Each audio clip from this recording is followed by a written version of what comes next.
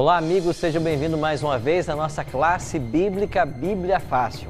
Você que está aí na sua igreja, no seu pequeno grupo, na sua casa, participando desses momentos agradáveis de estudo da Bíblia, do livro do profeta Daniel. Chegamos então ao nosso tema 3, hoje 9 de fevereiro, vamos estudar o segundo capítulo do livro de Daniel. Vamos aprender justamente sobre um sonho assustador, uma estátua assustadora e um significado extraordinário para os dias atuais. Tome a sua Bíblia e venha participar desse estudo agora.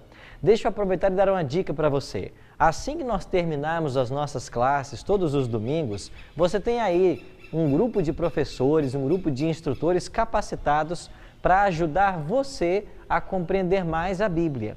Se ficar alguma pergunta no tema que eu apresentar, eles vão poder te ajudar num processo de consultoria, você tirar as suas dúvidas e compreender mais a respeito desse tema. Junto com essa classe que você está na igreja, eu também estou com a minha classe aqui. Nós somos aqui em 9 pessoas juntos estudando a Palavra de Deus. Eu tenho uns amigos que vieram aqui para a ilha, em Angra dos Reis, e daqui nós estamos juntos com vocês aí, na igreja, no pequeno grupo, estudando o livro do profeta Daniel. Eu quero aproveitar então e dizer de que este tema que hoje vamos estudar é um tema muito importante. Você vai se surpreender ao descobrir que apenas um capítulo da Bíblia revela a história mundial em pelo menos 2.600 anos. Por isso, o tema que hoje vamos estudar, uma estátua assustadora. Agora, antes de começar, como é hábito nosso aqui, nós vamos orar a Deus para que Ele nos ilumine nesse estudo. Vamos então fechar nossos olhos e orarmos ao Pai? Bondoso Deus e Pai, suplicamos a Tua ajuda e a Tua bênção em mais esse estudo.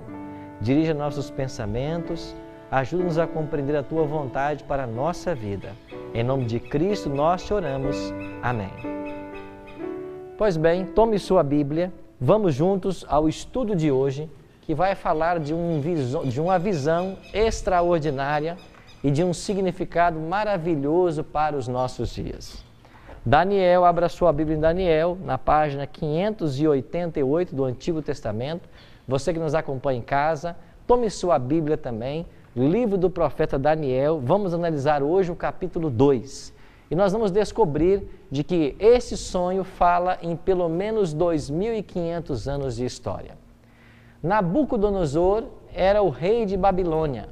Nós já vimos na semana passada de que ele invadiu a cidade de Jerusalém e fez cativos os judeus, entre eles Daniel e seus 3 companheiros. Quando terminamos o capítulo 1, nós encontramos um rei admirado com a sabedoria dos jovens judeus, porque no teste que ele fez, ele encontrou que os judeus eram mais sábios, quantas vezes?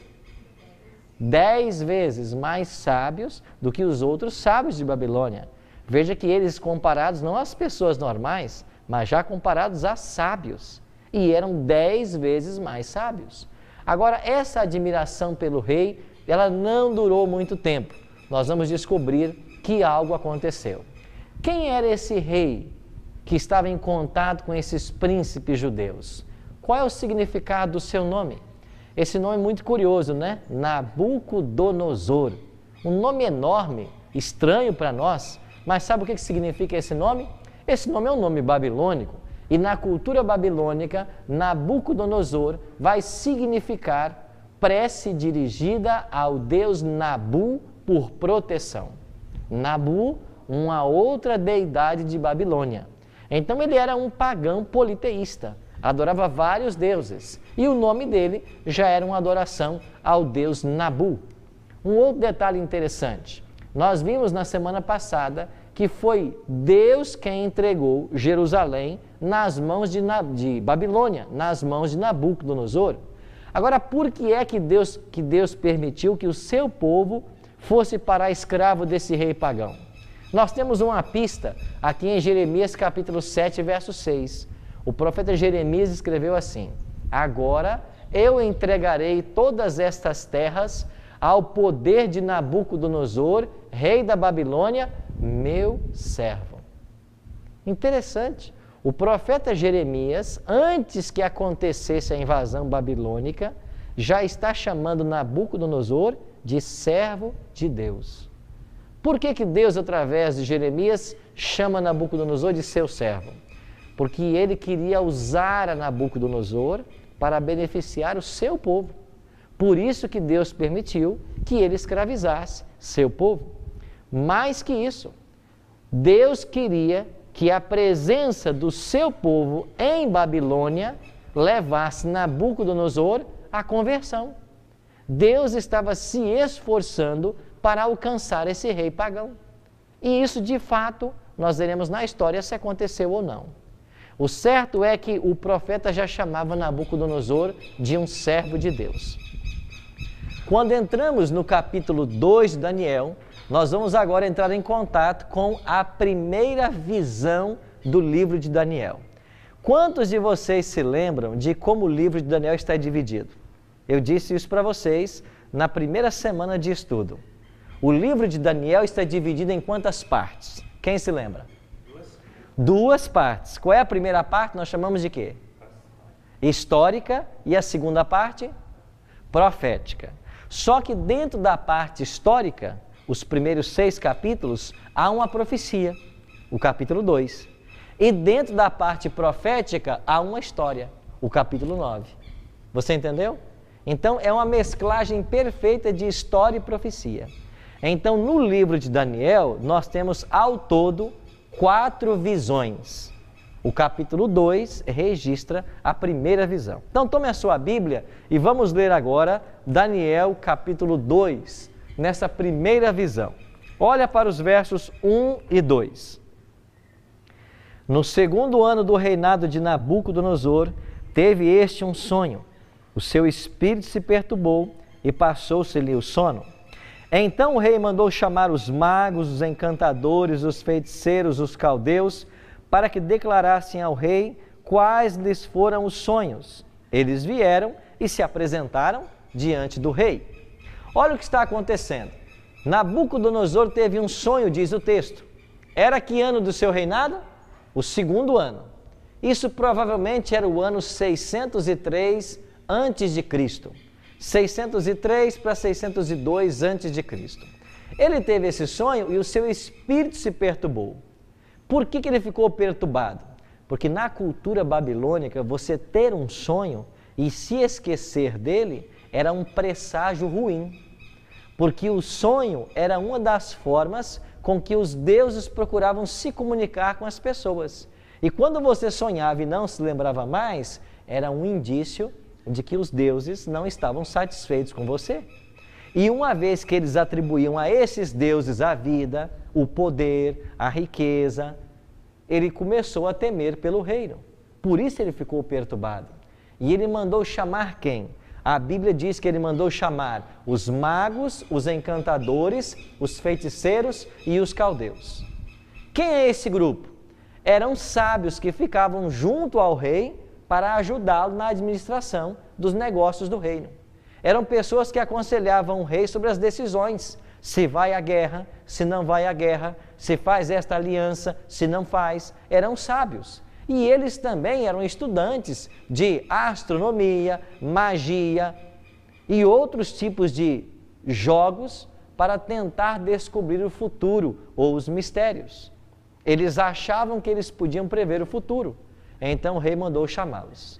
Quando o rei chegou diante deles, o rei então fez um desafio para eles. O rei disse assim: eu tive um sonho, mas eu me esqueci.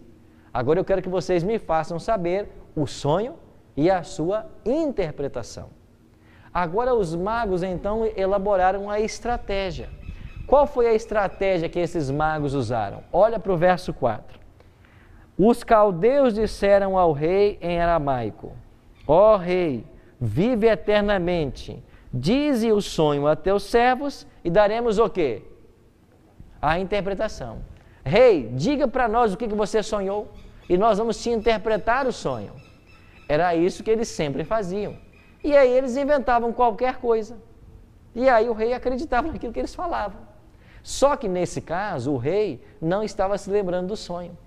E então o rei foi incisivo e disse assim: não, eu quero que vocês me façam saber o que eu sonhei, porque eu esqueci o que eu sonhei.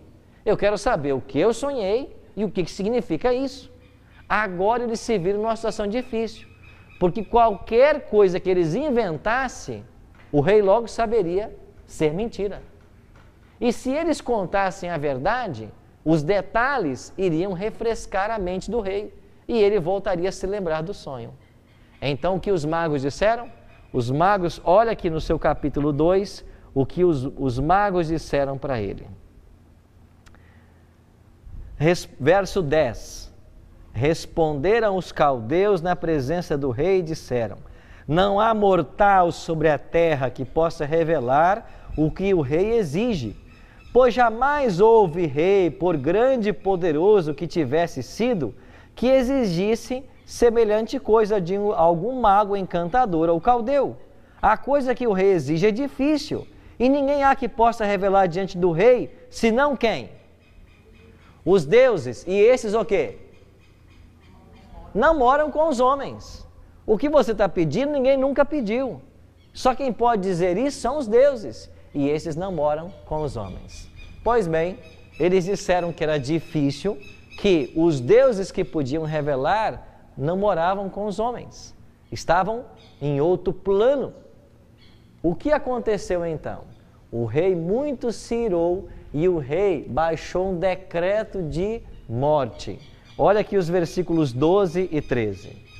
Então o rei muito se irou e enfureceu e ordenou que matassem todos os sábios da Babilônia.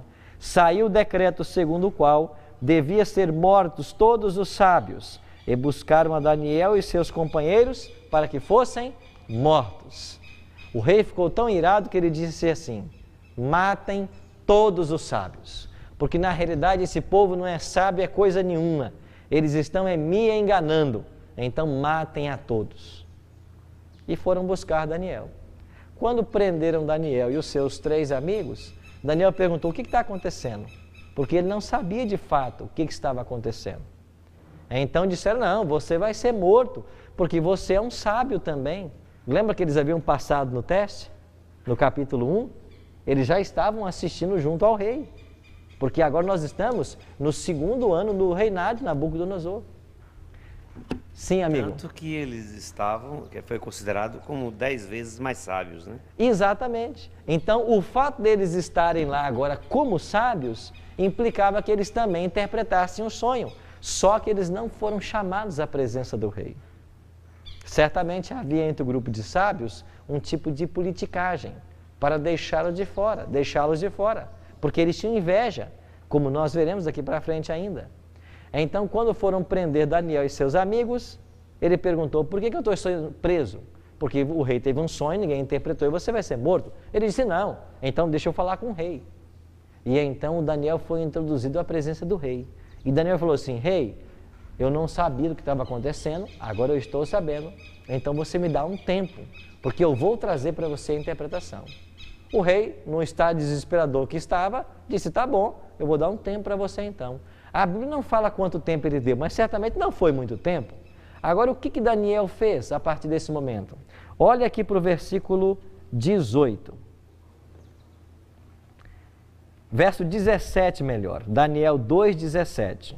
Então Daniel fez saber o caso a Ananias, Misael e Azarias, seus companheiros, verso 18, para que pedissem misericórdia ao Deus do céu sobre este mistério, a fim de que Daniel e seus companheiros não perecessem com o resto dos sábios de Babilônia. Verso 19. Então foi revelado o mistério a Daniel numa visão de noite, e o que fez Daniel?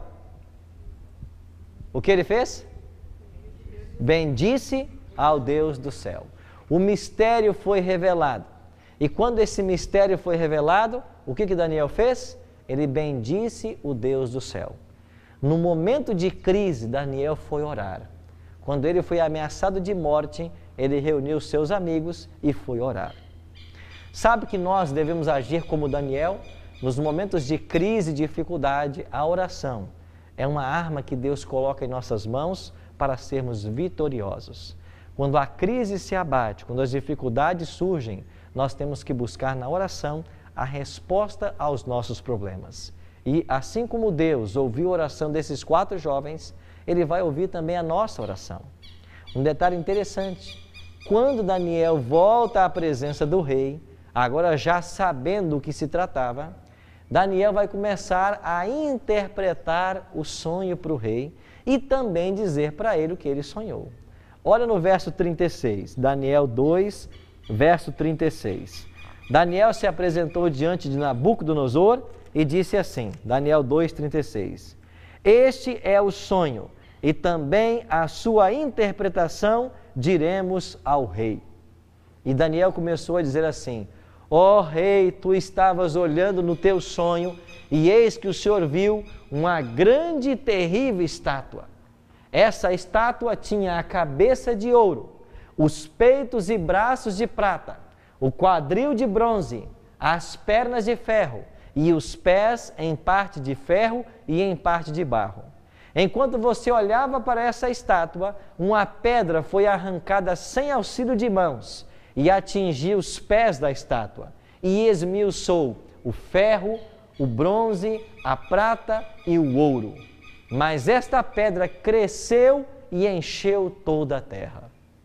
E quando Daniel começou a contar o que o rei havia sonhado, a memória dele foi refrescada. E ele disse, Daniel, é isso mesmo, foi isso que eu sonhei. Você está certo, eu vi essa estátua, era uma estátua assustadora, de metais, eu vi essa pedra, mas o que significa tudo isso? E Daniel disse assim, calma rei, nós também vamos dizer para você qual é a interpretação, o que isso significa. E então Daniel começa agora a interpretar o sonho da estátua. Daniel diz assim para o rei no versículo 38, tu, ó rei, és a cabeça de ouro. Essa estátua com a cabeça de ouro representa o Senhor. Representava então Babilônia. Depois de ti se levantará um reino inferior ao teu. Assim como a prata é inferior ao ouro, o reino que vai se levantar depois de Babilônia será inferior a ela. Depois dela se levantará ainda um terceiro reino, de bronze, o qual terá domínio sobre toda a terra. Assim como o quadril de bronze é inferior ao peito e braços de prata, esse terceiro reino será inferior, mas ele vai dominar o mundo inteiro. E ainda vai se levantar um quarto reino, que será forte como ferro, que quebra todas as coisas. Agora, nos dias desse quarto reino, o Deus do céu suscitará um reino que jamais passará. Interessante que, olhando assim para a estátua, nós percebemos de que a história da humanidade foi ali mostrada para todos nós. No ano 605 a.C., Daniel e seus 3 amigos foram levados cativos para a Babilônia. Nós já aprendemos aqui que foi no ano 605 que Babilônia venceu o Egito na Batalha de Carquemes e ela conseguiu seu apogeu mundial. Babilônia dominava no mundo inteiro e o grande rei de Babilônia era Nabucodonosor. Agora ele disse assim na profecia, depois de ti vai se levantar um outro reino inferior ao teu. Qual foi o reino que veio substituir ao reino de Babilônia? Nabucodonosor reinou em Babilônia por 43 anos. Durante 43 anos ele reinou em Babilônia. Mas depois que ele morre, o filho vai assumir o trono e chega um momento nessa dinastia babilônica que vai se sentar no trono um rei chamado Belsazar. Quem era Belsazar? Era um neto de Nabucodonosor. E o que fez esse neto de Nabucodonosor? Olha para o capítulo 5 de Daniel, verso 1. Daniel 5, verso 1. O rei Belsazar deu um grande banquete a 1000 dos seus grandes e bebeu vinho na presença dos 1000. O neto de Nabucodonosor, porque a mãe dele era filha de Nabucodonosor, deu uma grande festa no palácio em Babilônia e convidou 1000 pessoas. Enquanto eles estavam ali festejando e bebendo, ele fez o quê? Olha o que diz a palavra de Deus.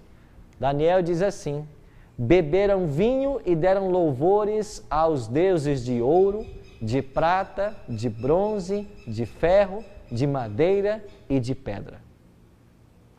Eles começaram a beber e a dar louvores aos deuses. De quê? Ouro, prata, bronze, ferro, madeira, pedra. Você percebe que aqui aparecem os 4 metais da estátua? Nós estamos vivendo vários anos depois do sonho. Babilônia ainda dominava. Só que esse reino, segundo a profecia, passaria para outro. E agora você tem um neto de Nabucodonosor festejando. E ele vai fazer uma coisa que foi o seu maior pecado. Qual foi? Daniel 5, verso 2. Enquanto Belsazar bebia e apreciava o vinho, mandou trazer os utensílios de ouro e de prata que Nabucodonosor, seu pai, tirara do templo que estava em Jerusalém, para que neles bebessem o rei, os seus grandes e as suas mulheres e concubinas. Sabe o que fez esse neto de Nabucodonosor? Você se lembra que quando Nabucodonosor, no capítulo 1, invadiu Babilônia, ele levou para Jerusalém os utensílios do templo? Esses utensílios eram vasilhas que se usavam no serviço do ritual do santuário. Eram vasilhas que se usavam para colocar, para se banhar, para colocar incenso e outras coisas. Essas vasilhas eram sagradas, porque haviam sido consagradas a Deus para uso no templo de Salomão. E agora estavam na casa de Marduk, o deus babilônico. Mas mesmo Nabucodonosor, tendo trazido esses vasos sagrados para o seu templo em Babilônia, ele não ousou mexer nesses vasos. Mas agora o neto dele faz o quê? Manda trazer os vasos para beber vinho nesses vasos. Isto foi o ato final da história desse homem.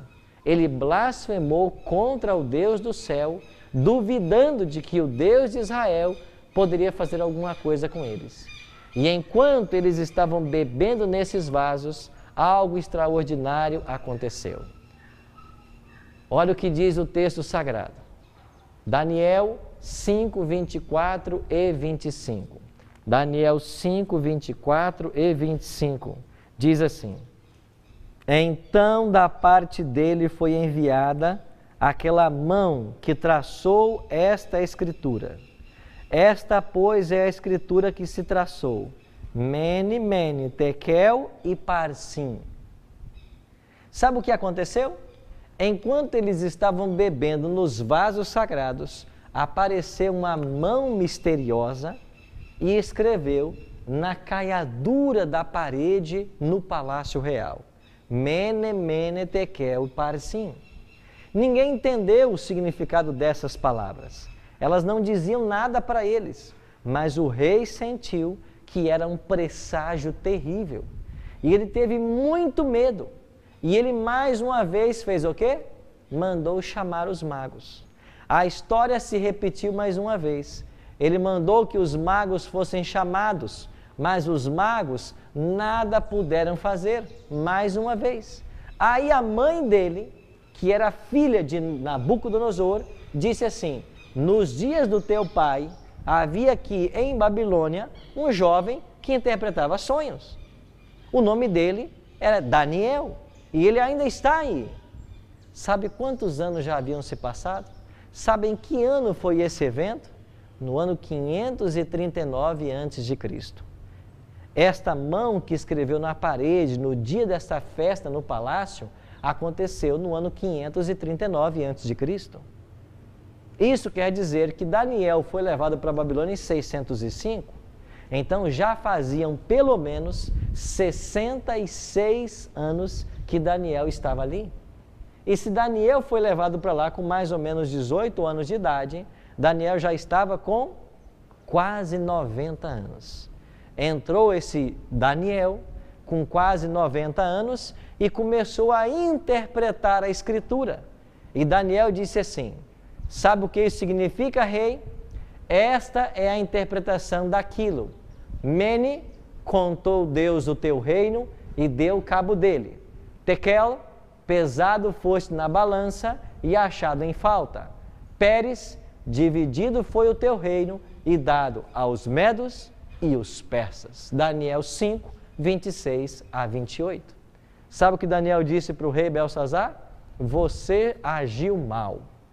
O teu pai, aqui aparece a palavra pai, mas na realidade o pai aqui é o ancestral. Não é o pai biológico, é o ancestral.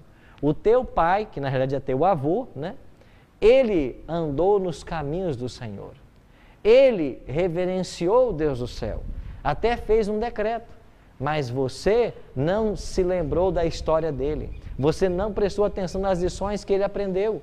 E você cometeu esse ato de blasfêmia em trazer os vasos para cá e beber vinho neles. Pois fique sabendo que você foi pesado na balança e achado em falta, e Deus vai tirar o seu reino e vai dar os medos e os persas. O que aconteceu? Nesta mesma hora, enquanto ele estava interpretando o sonho, no ano 539, terminou a história do Império Babilônico. Então, Babilônia dominou o mundo do ano 605 a.C. até o ano 539. Sim, professor Júlio. Na escrita na parede, aparece a palavra mene, mene 2 vezes. Por quê? Mene, mene, uma ênfase. Então, e você vai perceber também que há uma diferença na interpretação e para a escritura. Lá está mene, mene, tekel, parzim, e depois Daniel vai dizer mene, mene, tekel, pérez. É porque a palavra aqui ela aparece conjugada no plural. E o mene, mene é uma ênfase. Como Jesus dizia assim, em verdade, verdade te digo. Lembra que Jesus fazia muito isso? Era uma ênfase que ele estava usando. Agora, o que aconteceu no ano 539, nessa mesma noite da festa? Eu queria que vocês olhassem para esta obra de Heródoto. Heródoto é considerado pelos historiadores como o pai da história. Aqueles que estudam a história, eles estudam muito as obras de Heródoto, porque ele é o pai da história. Heródoto foi um homem que viveu por volta do 4º século antes de Cristo. Se ele viveu por aí no 4º século, ele viveu logo uns 200 anos depois de Daniel. O que é que ele escreveu sobre esse momento? Aqui na página 95 do seu livro História, volume 1, Heródoto diz assim: finalmente, porque concluísse por si mesmo sobre o que deveria fazer, ou porque alguém, vendo em dificuldades, o aconselhasse, o príncipe Ciro tomou a seguinte resolução: colocou o exército parte no ponto onde o Eufrates penetra na Babilônia, parte no local onde o rio deixa o país, com ordem de invadir a cidade pelo leito do mesmo, logo que se tornasse vadeável. Sabe o que Heródoto está dizendo? Aqui ele está falando da estratégia que Ciro usou para derrotar a Babilônia. Ciro era o grande líder do Império Medo-Persa. E na noite de 13 de outubro de 539, ele derrotou Babilônia. E essa história não só está sendo ilustrada por Heródoto, como o cilindro de Ciro, que é uma descoberta arqueológica. Aqui nesse cilindro que o próprio Ciro mandou confeccionar, conta a mesma história. O que é que fez Ciro naquela noite? O rio Eufrates cortava a cidade de Babilônia, e Babilônia possuía altas muralhas que não podia ser invadida. O que fez Ciro? Ele desviou o leito do rio em outra direção. E quando as águas baixaram, ele entrou com seus soldados marchando pelo leito do rio. Heródoto vai dizer de que a água estava batendo nas coxas dos soldados. E eles entraram marchando pelo leito do rio, e quando Daniel terminou de interpretar a escritura na parede, o exército medo-persa já estava dentro da cidade. E foi assim que caiu Babilônia na noite de 3 de outubro de 539. Cumpriu-se a profecia de Daniel: tu és a cabeça de ouro, mas o teu reino passará a outro, inferior ao teu. E isso só aconteceu quase 70 anos depois da predição profética. Só que o sonho iria mais longe. Ciro dominou, ou a Medopérsia dominou o mundo de 539 até 331, porque a profecia dizia que viria um outro reino depois da Medopérsia. Agora, quem é que veio depois da Medopérsia? No ano 331, quando termina o domínio dos Medopersas, quem é que apareceu no cenário? Eu queria chamar a sua atenção para uma outra obra preparada pela Biblioteca de História, que fala justamente sobre Alexandre e a vida de Alexandre o Grande. Aqui nessa obra, na página 71, olha o que os historiadores falam sobre a Batalha de Grânico. A Batalha de Grânico foi a terceira batalha entre Alexandre e o Império Medo-Persa. E foi nessa Batalha de Grânico que aconteceu a vitória dos gregos sobre os Medo-Persas.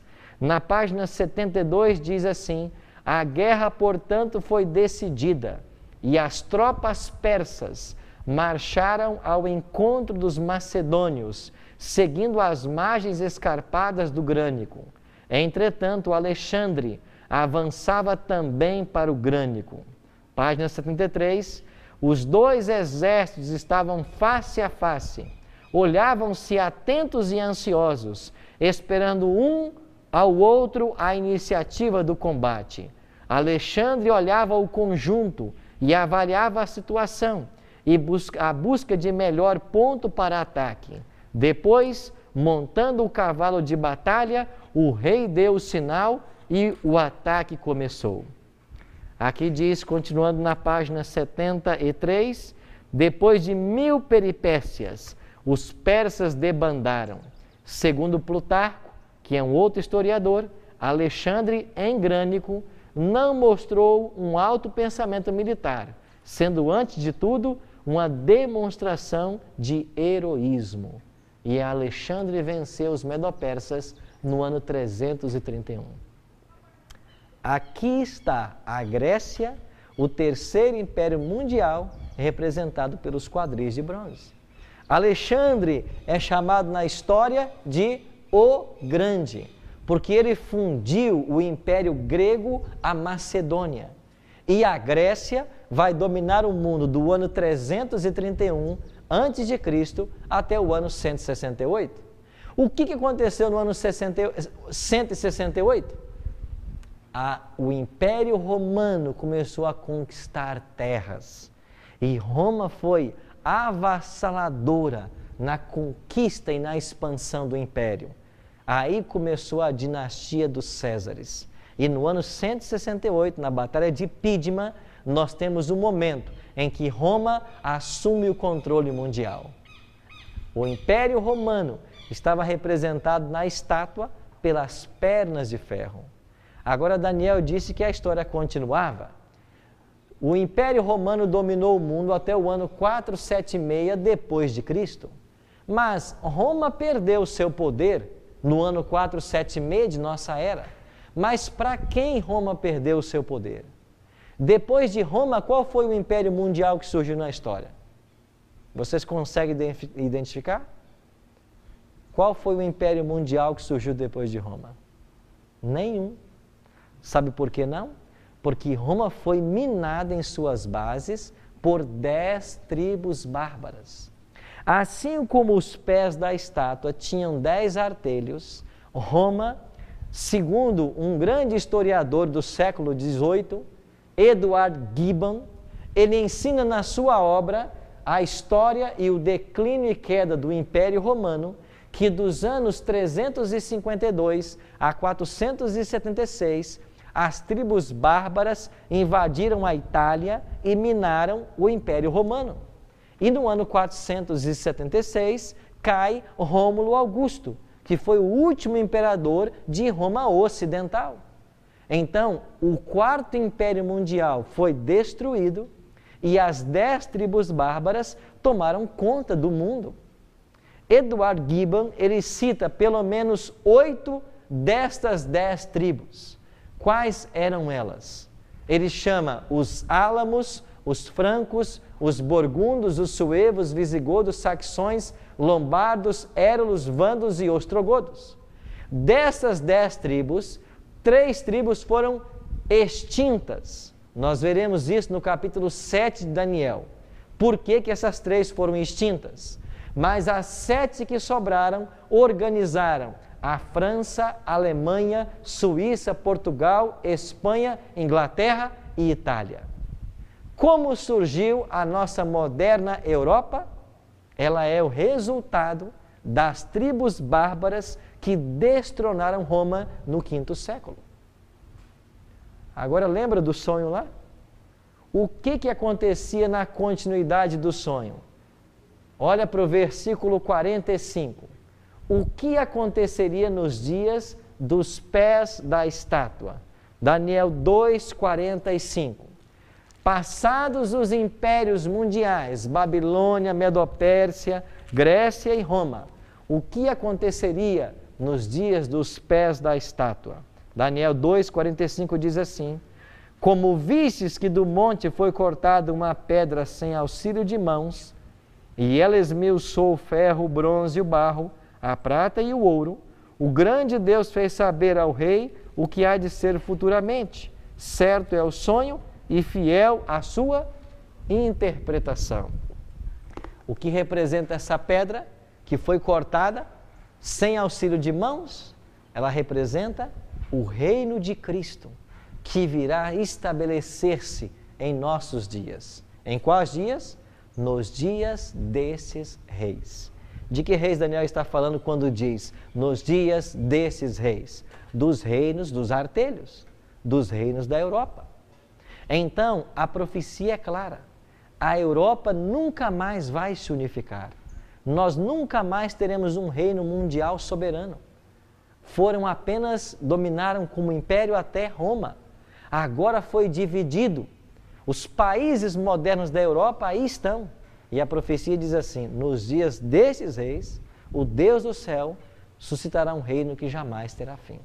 Esse reino é o reino de Cristo. Então, quando é que Jesus volta? Jesus volta nos dias da moderna Europa. É isso que esse capítulo nos revela. Daniel falou isso no 6º século antes de Cristo. Passaram-se todos os impérios. Veio Ciro da Medopérsia, veio Alexandre da Grécia, vieram Césares de Roma. Tudo passou como a profecia indicava. Isso quer dizer que nós estamos vivendo nos últimos dias da história humana. Não haverá um 5º império mundial terrestre. Esse 5º império mundial será o estabelecimento do eterno reino de Cristo. A Bíblia é clara em dizer de que Jesus é a rocha, é aquela pedra que foi rejeitada. Essa pedra que foi rejeitada tornou-se pedra principal. E o reino que Cristo veio estabelecer não é um reino terrestre. Ele disse para as pessoas: o meu reino está dentro de vós. O meu reino não é conquistado pela força. O meu reino é conquistado pelo amor. E Cristo veio a primeira vez não para estabelecer o seu reino da glória. Ele veio estabelecer o reino da graça. E na cruz, o reino da graça foi estabelecido. Por quê? Porque o mal foi vencido. E graças ao evento da cruz, nós podemos ter vida eterna. Agora nós estamos aguardando que Ele volte para estabelecer o reino da glória. E quando Ele voltar, haverá apenas 2 grupos. Aqueles que estarão prontos e aqueles que não estarão prontos. A Bíblia é clara em dizer, em Isaías capítulo 25, qual será a reação daqueles que estiverem prontos para esse dia.